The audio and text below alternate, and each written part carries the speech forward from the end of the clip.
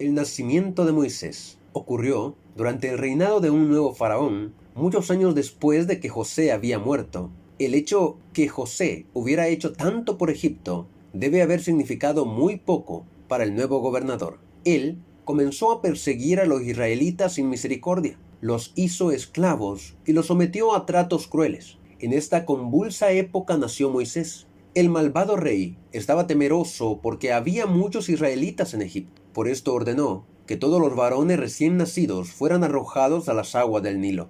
Para salvar la vida de su hijo, la madre de Moisés tejió un cesto especial y dejó que el niño flotara en las aguas del río entre los carrizales cercanos a la orilla. Cuando la hija de Faraón vino con sus doncellas al río, encontró al niño Moisés. Tan pronto como lo vio, quedó prendada de él y decidió adoptarlo como su propio hijo. Pero la princesa permitió a Miriam, la hermana de Moisés, que buscara una mujer israelita para que amamantara al niño. Fue así como la propia madre de Moisés lo llevó a su casa y lo cuidó hasta que creció. Esta maravillosa historia muestra el gran amor y cuidado que Dios tiene para su pueblo. Con el paso de los años, el disgusto de Moisés por el maltrato a su pueblo fue creciendo. El pueblo estaba sufriendo en terrible forma por su crueldad. Aunque él había sido llevado al palacio real cuando todavía era muy chico, Moisés nunca olvidó las cosas que había aprendido de sus padres. Sabía que también él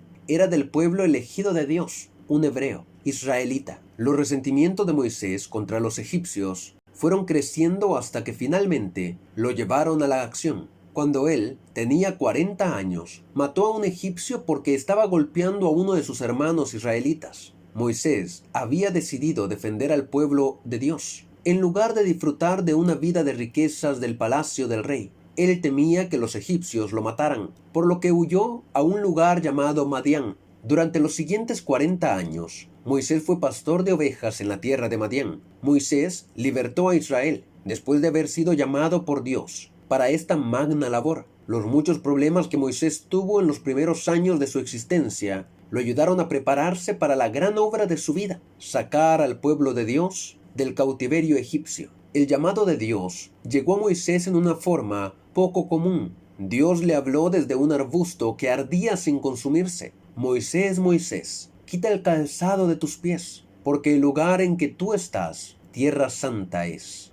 Ven por tanto ahora, y te enviaré a Faraón para que saques de Egipto a mi pueblo, los hijos de Israel. Éxodo capítulo 3, versículo 4 al 10. Cuando Moisés regresó a Egipto, fue bien recibido por los israelitas, quienes seguían siendo esclavos de los egipcios. Debido a que Moisés no podía hablar bien, Dios escogió a Aarón, hermano de Moisés, para que hablara por él. Ellos comenzaron a trabajar inmediatamente para liberar a los israelitas de los egipcios. Pronto se les permitió a Moisés y a Aarón presentarse ante Faraón para decirle lo que Dios esperaba de su pueblo. Durante esta primera entrevista, Faraón no les creyó. Él preguntó con arrogancia: ¿quién es Jehová para que yo oiga su voz? En una visita posterior, Aarón dio pruebas del poder de Dios, y la vara se convirtió en culebra en presencia de Faraón. Pero Faraón no se dejó impresionar por aquello. Sus magos también convirtieron sus varas en culebras, mas la culebra de Aarón se tragó a las otras.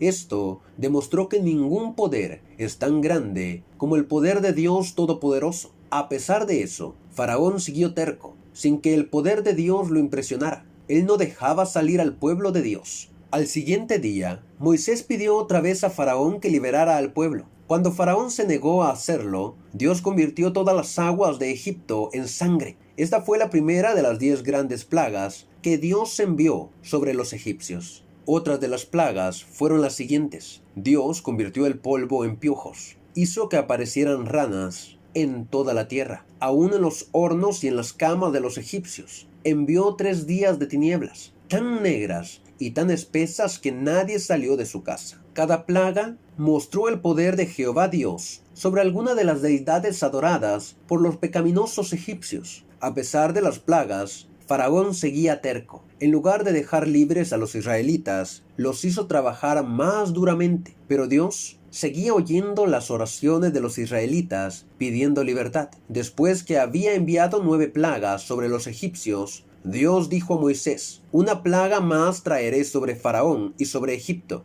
después de la cual Él los dejará ir de aquí. Éxodo capítulo 11, versículo 1. Dios instruyó a cada familia israelita para que mataran un cordero y rociaran su sangre en el dintel y en los postes de la puerta de sus hogares, como una protección ante la última plaga. La última plaga iba a ser la muerte de todo varón primogénito de cada hogar egipcio, y también de los primogénitos de todos los animales. Los israelitas protegidos en sus hogares no tenían peligro de morir. Dios dijo: y la sangre os será señal en las casas donde vosotros estéis, y veré la sangre y pasaré de vosotros, y no habrá en vosotros plaga de mortandad cuando hiera la tierra de Egipto. Éxodo capítulo 12, versículo 13. La sangre de los corderos salvó a los israelitas de la muerte. Más adelante veremos cómo la sangre de Jesús nos salva de nuestros pecados cuando obedecemos y nos convertimos en cristianos. Dios cumplió su promesa. Hacia la medianoche, Él pasó con el destructor, y la muerte entró a toda casa de Egipto, donde la sangre no se encontró. El palacio del rey no escapó. Su hijo mayor fue encontrado muerto después de la medianoche, en medio de terrible dolor y temor. Faraón ordenó que los israelitas salieran de Egipto inmediatamente. Sin embargo, Faraón cambió de parecer otra vez. Cuando él creyó que la marcha de los israelitas había sido detenida por el desierto, él condujo el ejército egipcio para detenerlos. Terminamos esta sección con la partida de los israelitas de Egipto. Por primera vez, después de cientos de años de esclavitud, los israelitas tuvieron la experiencia de la libertad. Pronto aprendieron que otros problemas los esperaban y que siempre iban a necesitar del cuidado y de la protección de Dios.